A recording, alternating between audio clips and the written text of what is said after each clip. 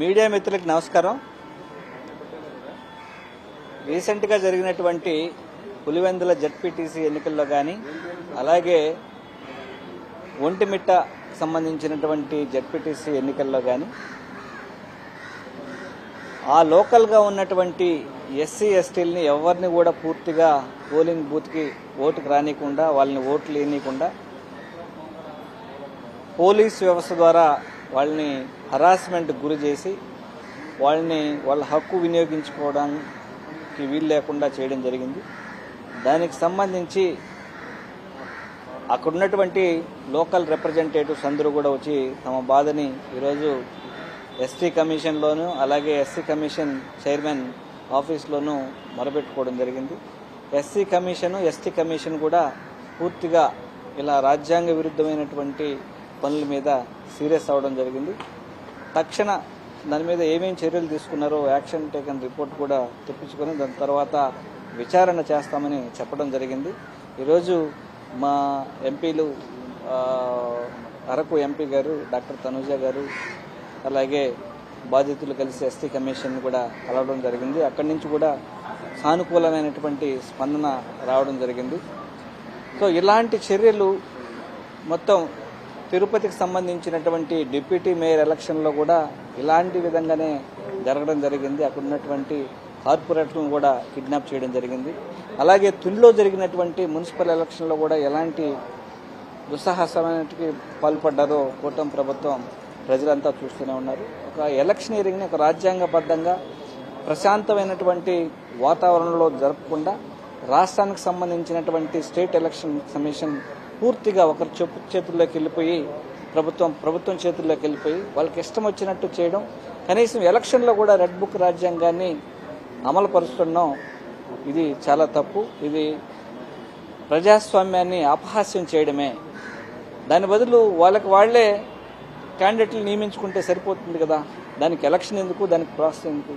అసలు రాష్ట్రంలో అంబేద్కర్ రాసినటువంటి రాజ్యాంగం పూర్తిగా అటకెక్కించి కేవలం రెడ్ బుక్ రాజ్యాంగాన్ని మాత్రమే అమలు పరుస్తూ ఇట్లా ప్రతి వ్యవస్థని నిర్వీర్యం చేస్తూ ప్రజల యొక్క హక్కుల్ని స్వేచ్ఛగా వినియోగించుకోకుండా చేస్తూ ఉన్నటువంటి కూటమి ప్రభుత్వానికి తప్పకుండా కూడా ప్రజలు బుద్ధి చెప్పే సమయం వస్తుందని వైఎస్ఆర్ కాంగ్రెస్ పార్టీ నుంచి హెచ్చరిస్తా ఉన్నాం. అలాగే మనం చూసుకున్నట్లయితే ఎక్కడ కూడా తిరుపతి నియోజకవర్గం నుంచి, తిరుపతి దగ్గర నుంచి ఇటు శ్రీకాకుళం వరకు అన్ని వ్యవస్థల్లోనూ, ఈవెన్ ఇప్పుడు లిక్కర్ దగ్గర నుంచి,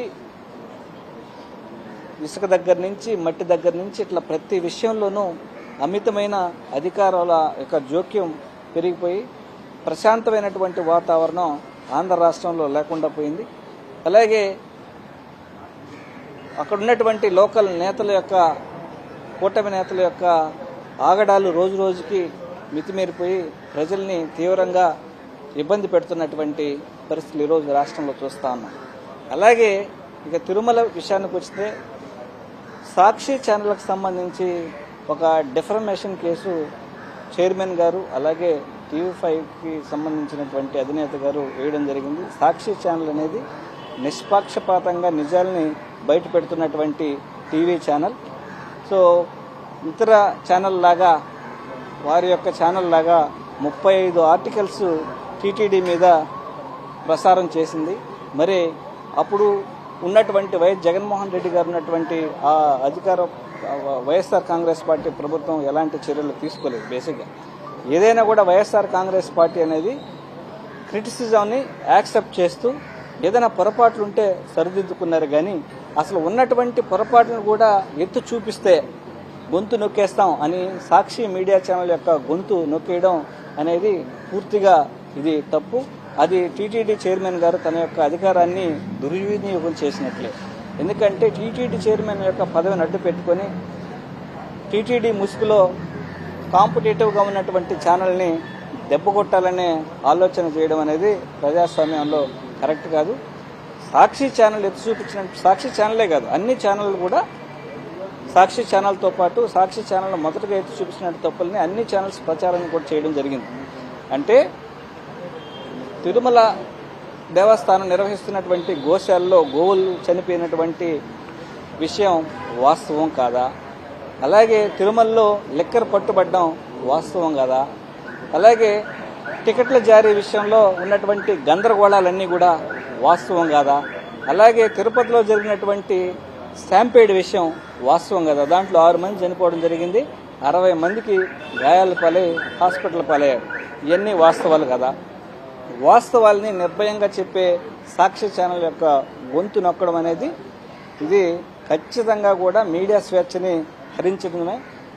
ఎవరైనా కూడా వాస్తవాల్ని వాస్తవాలుగా చెప్పినప్పుడు వాటికి సంబంధించి ఎక్స్ప్లెనేషన్ ఇవ్వడం పోయి వాటి మీద డిఫర్మేషన్ కేసు వేయడం అనేది వాళ్ళ యొక్క విజ్ఞతకే వదిలేస్తున్నాం. దీని మీద ఖచ్చితంగా న్యాయస్థానాలు ఉంటాయి, న్యాయస్థానాలు కూడా ఖచ్చితంగా దీని మీద తగిన రీతిలో బుద్ధి చెప్తాయని వైఎస్ఆర్ కాంగ్రెస్ పార్టీ తరఫు నుంచి హెచ్చరిస్తా ఉన్నాం.